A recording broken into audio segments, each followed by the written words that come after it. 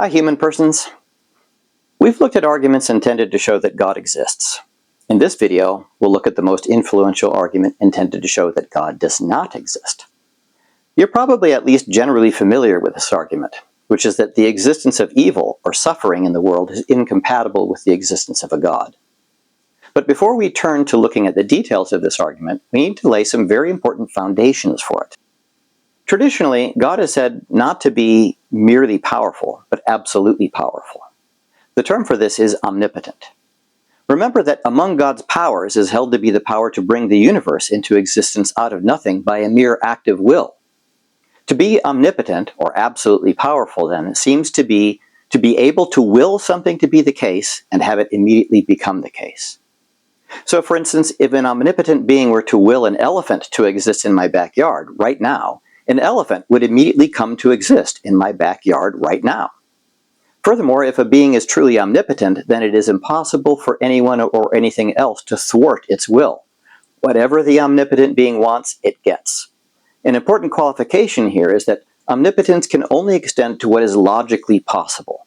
So even an omnipotent being couldn't, for example, create a square circle or make it true that there is an elephant in my backyard right now and also that there is not an elephant in my same backyard right now. God is also said to be not merely good or loving, but completely and perfectly good or loving. We're now ready to consider the argument from evil.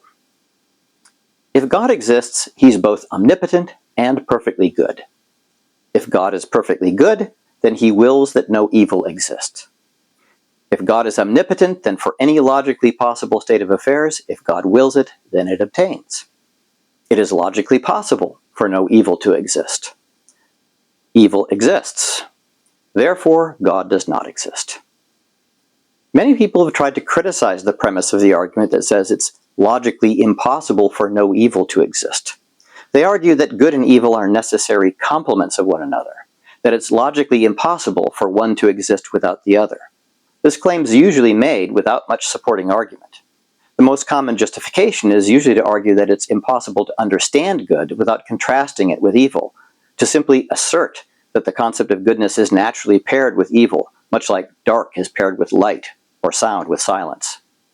A major weakness of the claim that evil is logically necessary is that it seems impossible to align with the claim that God existed prior to the existence of everything else, since presumably in that primordial condition there was no evil. Theists generally don't want to accept that evil is at all part of God's essence. It might, however, be enough to argue as follows. While the existence of evil is not necessary in itself, it is a necessary feature of anything that is not absolutely perfect. That is, God, and only God, is absolutely free of all evil. Anything else other than God must be imperfect by nature.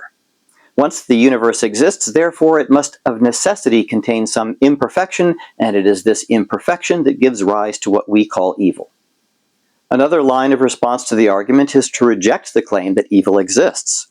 This seems surprising since most people think it's crashingly obvious that evil exists. The basis of this response, though, is to insist that evil does not exist because only things whose natures are positive exist. Evil, they say, is a mere privation, however, and thus no more exists than silence or darkness. This line of response is generally considered highly unsatisfactory. Pain, suffering, fear, anxiety, and sadness are not mere privations. Pain is not simply the absence of pleasure. So if the concept of evil is intended to range across all these undesirable experiential states, then since it is clear that these states do exist, it follows that evil exists. Without question, the most influential response to the argument from evil is what is called the free will response. You're probably already acquainted with this. This is the idea that God has to allow evil because for him to eliminate it, he would also have to eliminate free will, and a world with evil and free will is better than a world with no evil and no free will. Notice, though, that it is not immediately obvious which premise of the argument from evil has to be rejected to advance the free will response. This is an interesting puzzle, since logic demands that at least one premise of the argument must be rejected if the conclusion is to be rejected. It may surprise you to learn that the premise rejected by the free will response is actually the claim that an omnipotent being can do anything that is logically possible. A full discussion of the line of reasoning involved in rejecting this premise is a prodigious undertaking that I won't attempt here. If you really want details, I encourage you to sign up for Philosophy of Religion. Here's my woefully inadequate summary, though. While it is, in fact, logically possible for no evil to exist, it is not logically possible for even an omnipotent being to force or cause creatures with free will to always choose the good. Doing so is tantamount to canceling their free will.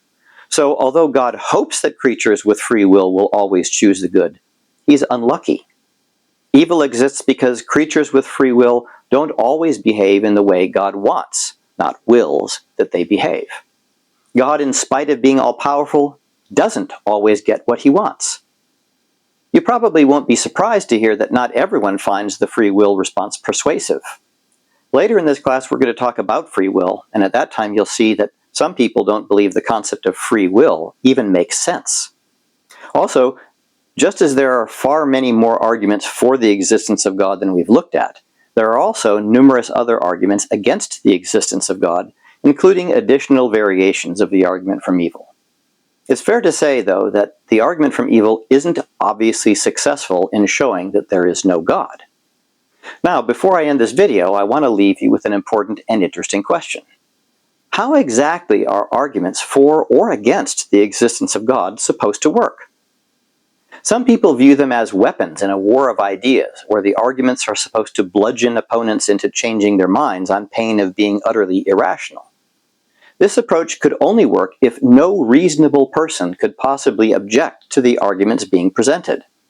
But so far, we haven't seen any arguments that are like that. For every argument, either for or against the existence of God, it seems there are intelligent and reasonable people who fail to find them fully persuasive. It appears that reasonable disagreement is possible. We'll see that this is true for almost every philosophical question. I think there's an important lesson to be had here, which is that we should not be too quick, or too arrogant maybe, to assume that difficult and enduring questions really admit of easy and obvious answers, and therefore we ought not to be too contemptuous of those whose points of view fail to align closely with our own. This doesn't mean that everyone is right and no one is wrong, but it does mean that our own powers to sort out right from the wrong are probably less great than we might like to believe. That's all for this video. Bye for now.